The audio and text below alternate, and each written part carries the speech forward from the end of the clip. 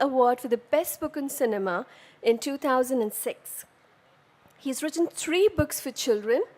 His first anthology was Bombay Meri Jaan with Naresh Fernandez, a collection of writings about Mumbai. Mr. Pinto has written the scripts of 2 wildlife documentaries, In the Pink on flamingos of Mumbai, and The Last Dance on the Indian sloth bear. He's also active in the sphere of child rights activism, and he teaches journalism at the Social Communications Media Program of the Sophia Polytechnic, Mumbai. We invite Mr. Jerry Pinto to share his views on the book. And the only way to identify him in the audience was to stand in the middle of a crowded room and shout Siddharth loudly and see what emerged. And what I thought would emerge was this someone in a denim jacket with a sort of a kind of cold frown of dislike on his face, a kind of bratty young man, and then this very civilized Bihari stroke Bengali mix came up, and we started chatting, and he seemed completely different from the writing. So there seems to be a Siddharth Chowdhury who wrote Patna Roughcut and who wrote Day Scholar with a remarkable unity of affect. The affect is of someone who is observing the complete collapse of everything around him, the dissolution of the world, but is observing it in a way that suggests that there is hope. That even with this detritus around you, take Patna Roughcut, the book that we are going to be discussing today, and in this wonderful fashion, we've actually had a session yesterday with Siddharth, where he did his second book, Day Scholar, with Trisha Gupta, and today we're doing his first book. Oh no, his second book, because Diksha at St. Martin's was the first book. I correct myself. So here we are.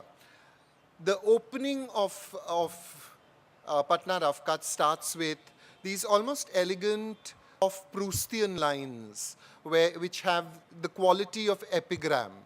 Dreams are like glassware, he suggests. They can break easily.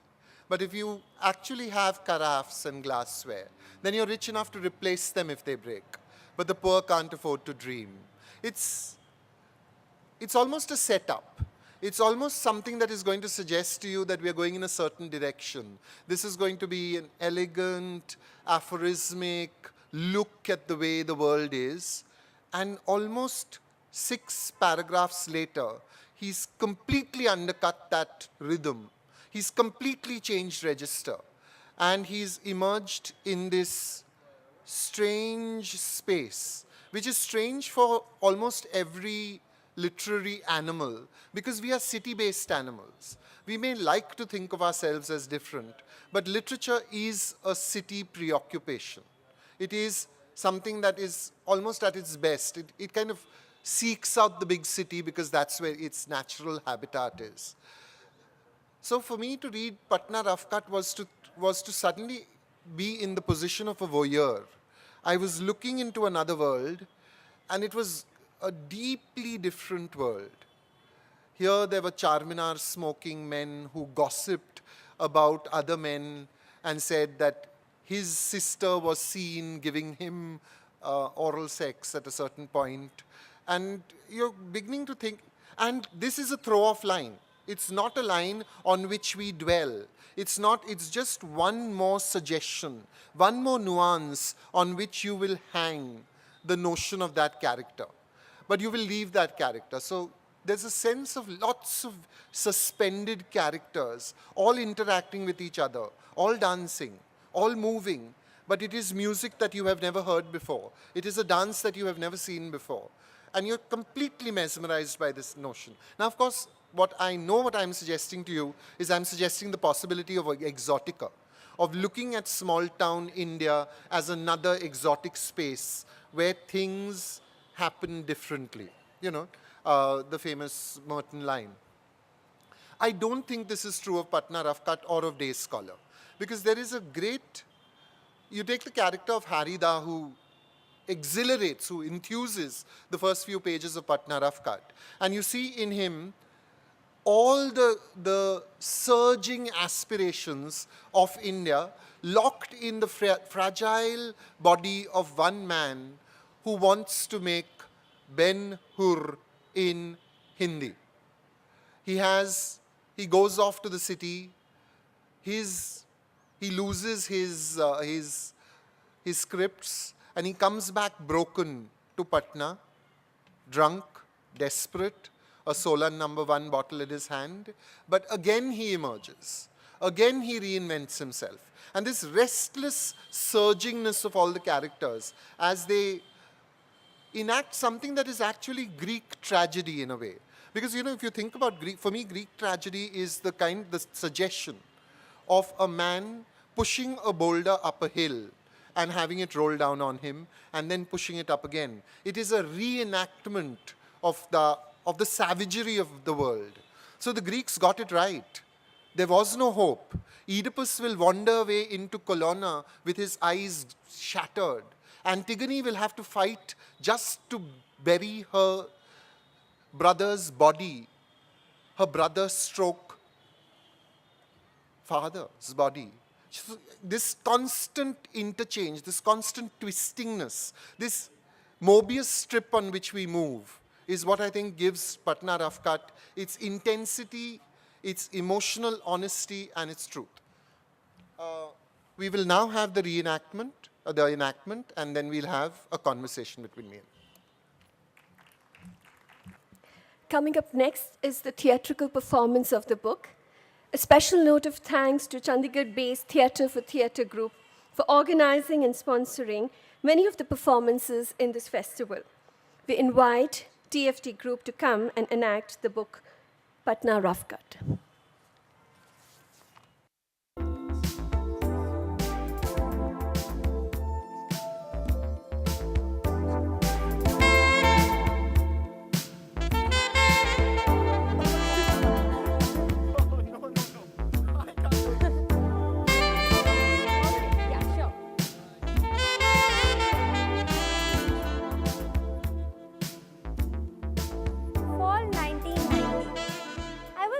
Patna now. Yesterday night, sitting on a rattan chair, was quite famous among the Patna wives. And he was my hubby. He, of course, was in the center of it all. Never fails to amaze me how this innate charisma of his never dims. And in the midst of an adoring sorority, whether Arts Faculty Building, North Campus, Law Memorial, Columbia, or the Bankipur Club, Patna, Samar Sinha, my fabulous hubby, is a bit of a folk hero to his friends here in Patna, like he was to us when we were undergraduates. Brilliant subalternist scholar who wrote the definitive insider account of the emergency days in Patna. Samar Sinha, tall. Yes, tall. Slightly stooped. A full salt and pepper beard. A bit of a skirt chaser though.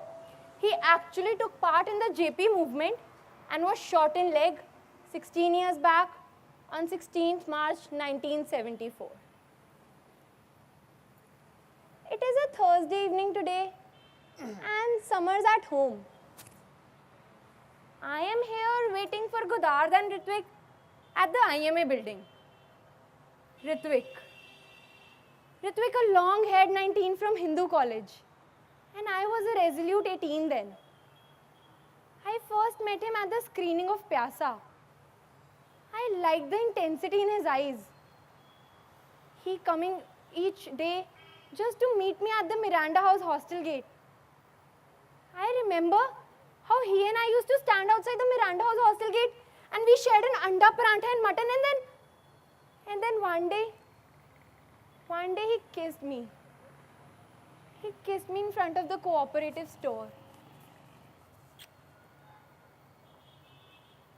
It was strange how for 17 long years, we stayed in the same place at Patna, but only met in Delhi.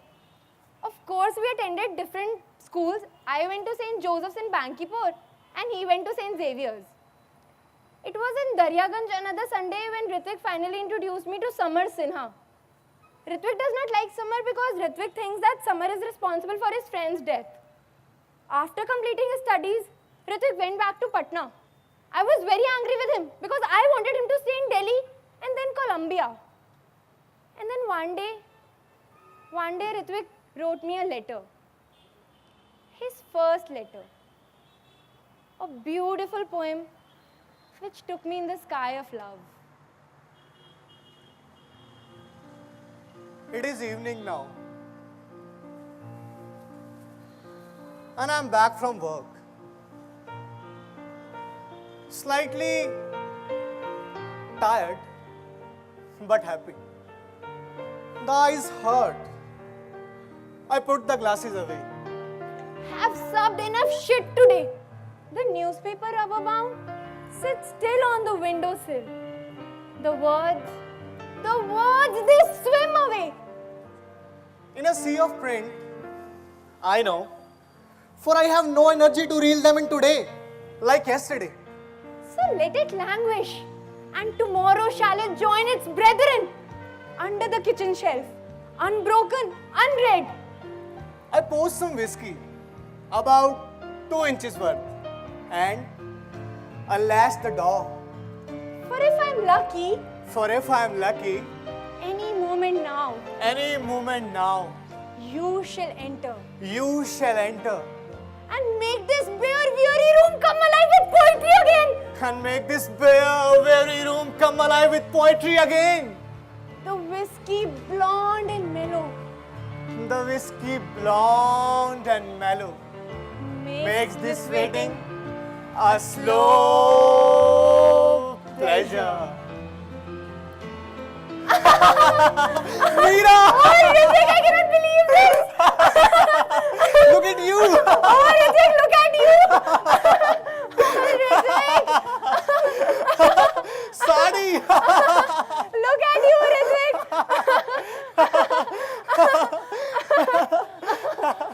Oh, Meera, how are you? I am good, Ritvik. Look at you. You have not changed a bit, except shaved off the moustache, huh? And you are a lot leaner and handsome, huh? You also looking as young as 4 years back. And so beautiful. In a red sari, with a shining blouse.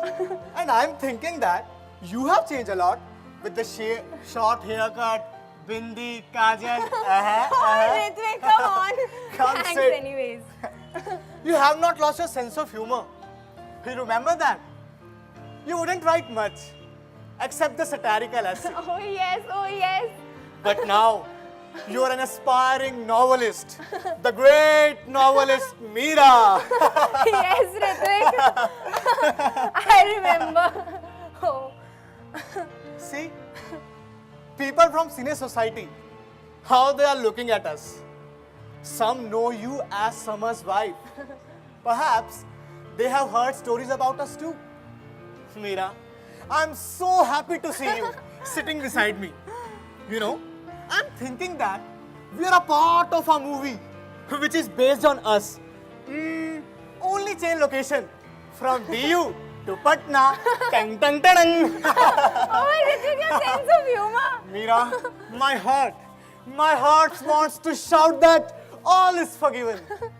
Let's erase the last 4 years and start anew.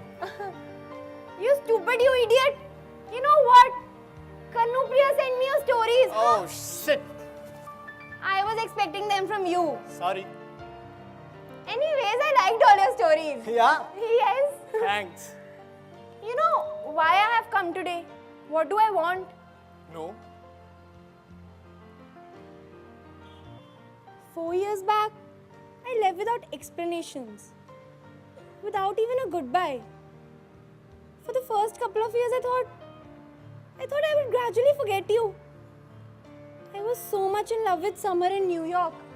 Theater! Music! Oh my God! Bookstores! Bookstores, Meera! New friends! That's awesome!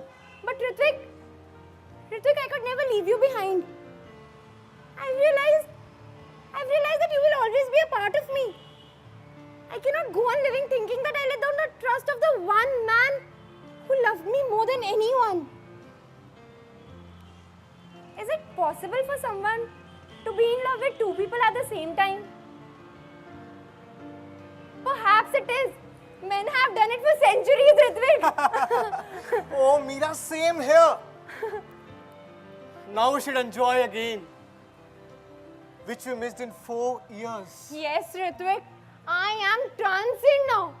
I want to climb and see Patna. Will you take me there? Yeah, sure. Let's go and eat our favorite anda paratha. Let's go to Jama Masjid to have mutton, Ritvik. No, let's go to Golghar. Come, Meera, come. Follow me. Oh, Ritvik. Oh my God.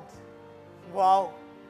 Meera, from here you can see the entire city view. Come on, please take me there. Yeah, sure, come. Oh my God. This is beautiful. I want to fly. I want to touch the sky, Ritvik. I am so happy here with you. There is no one here except me and you.